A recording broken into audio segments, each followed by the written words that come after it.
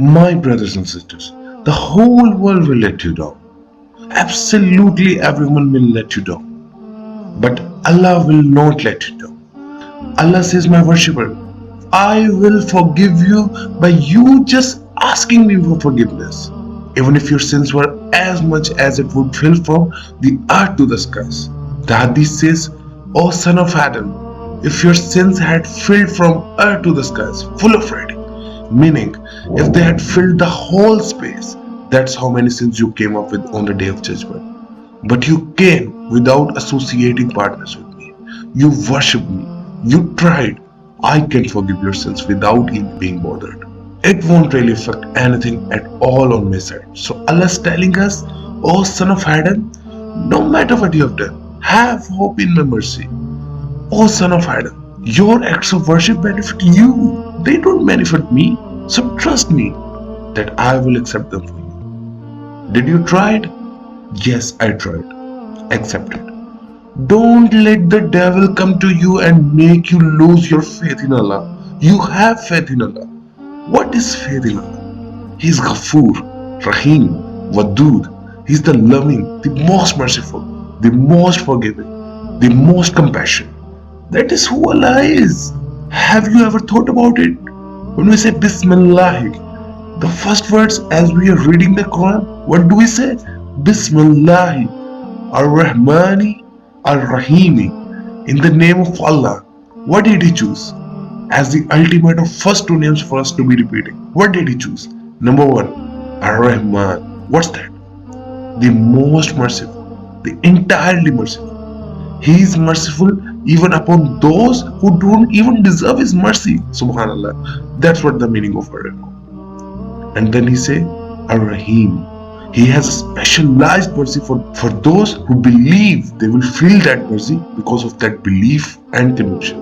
When you are convinced with Allah, when you rely on Allah, when you know that the good that came to me is definitely a blessing from Allah and a test, and the bad that came to me is also a blessing from Allah and a test, you have the true belief that you are a believer. But if you think bad is always punishment, it's not. It's not.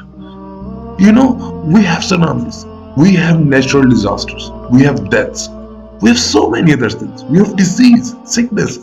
A lot of these things are actually a blessing from Allah. Yes, it can be punishment. It's all got to do with your own condition. Someone said, oh look, Allah is punishing the people of Indonesia because of what they have been doing. And I got up and I said, it's my duty to tell you that it's not necessarily a punishment. What about those who died while they were in sujood? What about those who died while they were trying to read Quran? What about those who were decent people who died and they were martyred or perhaps killed in that natural disaster? Can you ever say that it was punishment of Allah? No, it was not. It was the mercy of Allah upon them. They died in good condition. How many of us would like to die in sujood? I would like to die in sujood. Yes.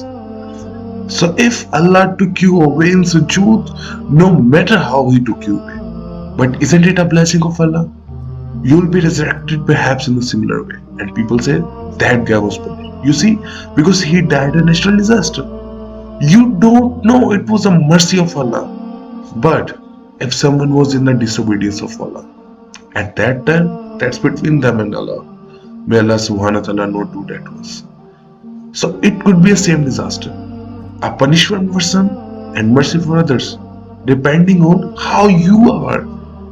If you're a happy person, if you're always happy and you make the most of what's left with you, then you are definitely a believer. You believe in Allah. It definitely means closeness to Allah. How many of us, when we have disease and sickness, have we become better Muslims? So isn't that a sign of the mercy of Allah subhanahu wa ta'ala? It softened us. It made us fulfill salah. Allah